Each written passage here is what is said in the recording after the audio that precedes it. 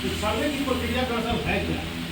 तो सर्वे से क्या होता है कि आपके जमीन का एक नक्शा बनता है, उसी नक्शे के आधार पर आपका प्लॉटिंग होता है और प्लॉट के आधार पर आपका दावा बनता है। यही प्रक्रिया है, यही काम हम लोग यहाँ करने जा रहे हैं। लेकिन इस बार हम लोग फुल्ली टेक्निकल है, हर चीज ऑनलाइन और मोबाइल मीडिया के माध्यम से हम लोग जो है देते होंगे। तो जितना कुछ भी है, कोई भी ऑफलाइन मोड में कोई काम नहीं होगा, सारा काम ऑनलाइन है। इवन जो मेरा जो अमीन भी जो है आपके यहाँ कितना अमीन है, 12 है, 14 12 अमीन है। ये 12 अमीन लैपटॉप के साथ लैस है, सब सिविल इंजीनियर का डिप्लोमा है। मतलब सरकार ने बिल्कुल टेक्निकल पर्सन को इस बार चुना है। दूसरा कि जैसे आपको प्रश्न उठेगा ये सब करेगा कैसे, जड़ी चेन जो पहले चलता था वो माध्यम नहीं है। इस बार एक ईटीएस मशीन है, उस ईटीएस मशीन के जरिए हम लोग त्रिसीमाना चौसीमाना जो है, जैसे आप लोग को याद होगा कि पुराना सर्वे जो देखे होंगे तो उस समय पुराना कुआं होता था, उस कुआं को सर्वे पॉइंट करते थे। कुआं होता था या कहीं कहीं पत्थर लगा हुआ आप देखेंगे पुराना सर्वे का, जिसमें लिखा हुआ है कि सर्वे पॉइंट। उसी पॉइंट से मौजा को लिया जाता है। तो हमारी प्रक्रिया प्रपत्र 1 में हमने घोषणा आप लोग का 1 अगस्त 2024 को कर दिया। इसका मतलब हुआ कि आपकी सर्वे की प्रक्रिया प्रारंभ हो गई। अब प्रक्रिया आरंभ हो गई तो अब प्रपत्र 2 और 3 में अब आपसे हमको डॉक्यूमेंट चाहिए। तो डॉक्यूमेंट क्या चाहिए, जैसे कि जो पुराना आपके पास खतियान, अगर आप दाखिल खारिज कराए होंगे तो केवाला होगा, किसी को पर्चा मिला होगा तो पर्चा होगा। जिस तरीके का जो रजिस्टर्ड दस्तावेज है ये सब जो है तो आपके डॉक्यूमेंट है, जिसको कि प्रपत्र 2 में आपको लोड करना है। प्रपत्र 2 कुछ नहीं है, प्रपत्र 2 का मतलब यही समझ लीजिए कि उसमें रैयत का ब्यौरा है। रैयत समझ रहे हैं ना, रैयत मतलब हुआ कि जैसे आपके पूर्वज खतियान में परबावा के नाम से, जैसे लगभग आपका 115 साल बीत गया, 115-20 साल बीतने का मतलब है कि हर 35 साल में एक जनरेशन बदल जाता है, ऐसा औसतन देखा गया। यानी 3 पुश्त पहले का कोई अगर आपका खतियान जो चला आ रहा होगा, यानी परबावा का नाम उसमें होगा, तो उस परबावा से वंशावली हमको बनाना है और वंशावली नीचे तक आएगा। और आज उसके जो शेयर होल्डर होंगे, हम उस प्लॉट पर जाएंगे जो आप दीजिएगा। देखिए सबसे पहला चीज है, हम सरकारी तरफ से पूरी तरह से लैस है। यहाँ का एरियल सर्वे मैपिंग हो चुका है, अब दोबारा तिबारा हुआ के बाद में करें, लेकिन एरियल सर्वे का यहाँ मैप भी मेरे पास आ गया। मतलब जो 1905 में सर्वे हुआ होगा सो उस समय की जमीन की स्थिति और आज जो हमारी जो स्थिति है, ये दोनों मैप को लेकर हम बैठ जाएंगे और इसी मैप को रखेंगे।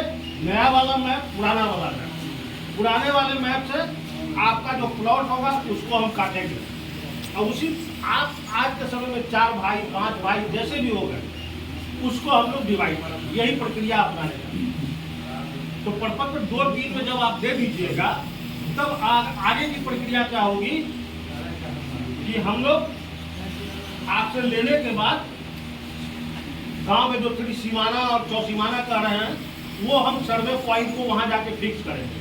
तो आपके मार्फत ये संदेश देना चाह रहे हैं कि आज के समय में ना आपका वो कुआं है और ना वो सर्वे पॉइंट का पत्थर है। हो सकता है कि वहाँ कोई मकान बन गया, वहाँ सामुदायिक भवन बन गया, तो लोगों के बीच में जो हमारा अमीन जो जाएगा, तो अमीन जाकर उस त्रिसीमाना को फिक्स करने के लिए मान लीजिए किसी के मकान पे चढ़े तो उस व्यक्ति को ऑब्जेक्शन नहीं करना चाहिए, क्योंकि वो फिक्सेशन जब हो जाएगा उसके बाद ही हम वहाँ के मौजा का बाउंड्री बनाएंगे। जो रेवेन्यू ग्राम, जैसे एक जो मुखिया जी के पास जो एक पंचायत है वो लगभग 3 या 4 मौजा को मिलाकर है, यानी 4 मौजा में जो हम जो है 4 औसतन होगा, 4 से ज़्यादा भी हो सकता है। तो उसमें जाकर हम लोग क्या करेंगे, सबसे पहले बाउंड्री बनाएंगे जिसको कहेंगे हम लोग किश्तवाड़ की प्रक्रिया। जब किश्तवाड़ जब हो जाएगा, अब जो हम आपसे डॉक्यूमेंट जो लिए थे, ठीक है, तो इसके बाद हमारा अमीन अब आपके उस लैंड पर जाएगा, जिस प्लॉट पर जाएगा। अब आपको जब खाना पूरी की प्रक्रिया जब शुरू होगी तो उस खाना पूरी की प्रक्रिया में अब आपकी उपस्थिति वहां जरूरी है। वो किस लिए?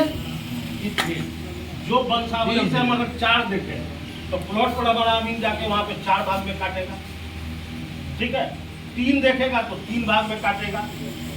तो आप अपनी उपस्थिति से और अगल बगल वाले उसमें देखेंगे कि दखल कब्जा वस्तुता किसका है। हो सकता है आपका जमीन बिक गया हो, आपका मान लीजिए 3 भाई हैं, एक भाई जो है सो अपना जमीन बेचा हो तो ऑटोमेटिक उसके पास जो दूसरा व्यक्ति के पास केवाला होगा वो केवाला अपलोड किया होगा।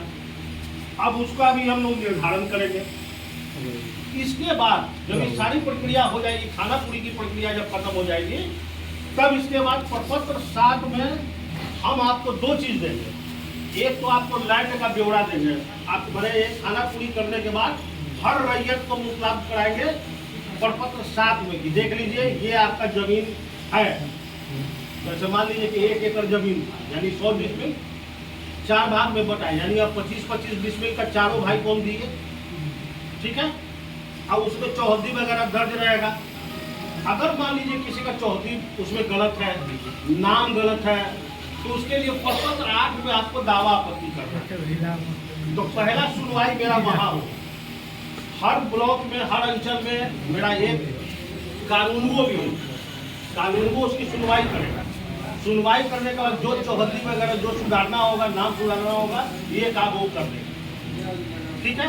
जब ये काम जब हो जाएगा, खानापुरी का काम जब पूरा हो जाएगा, तब हम जाकर उस गांव का पूरा हम समझिए कि एक तैयार कर पाएंगे ड्राफ्ट।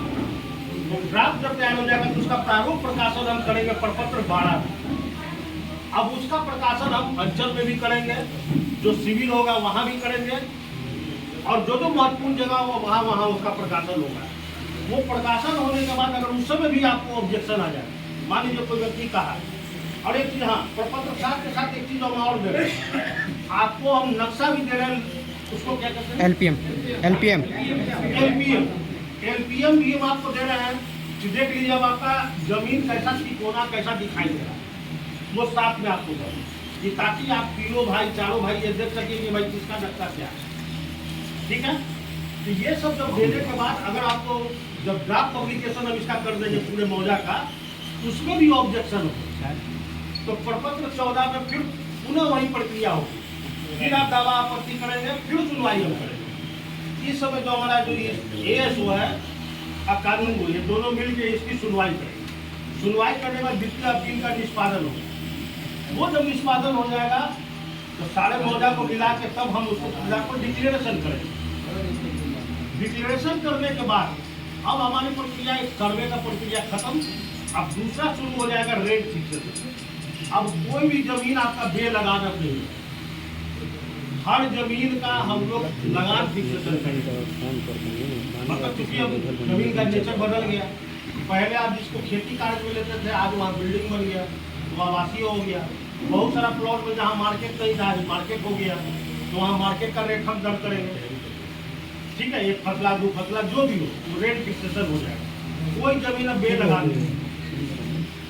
ये जब सारी प्रक्रिया हो जाएगी तो अब इसका हम एक फाइनल पब्लिकेशन करेंगे। फाइनल पब्लिकेशन जब कर देंगे तब इसका समझिए 4 प्रपत्र बनेगा। एक इनका अंचल में जाएगा, एक जिला अभिलेखागार में जाएगा, एक राज्य अभिलेखागार में जाएगा।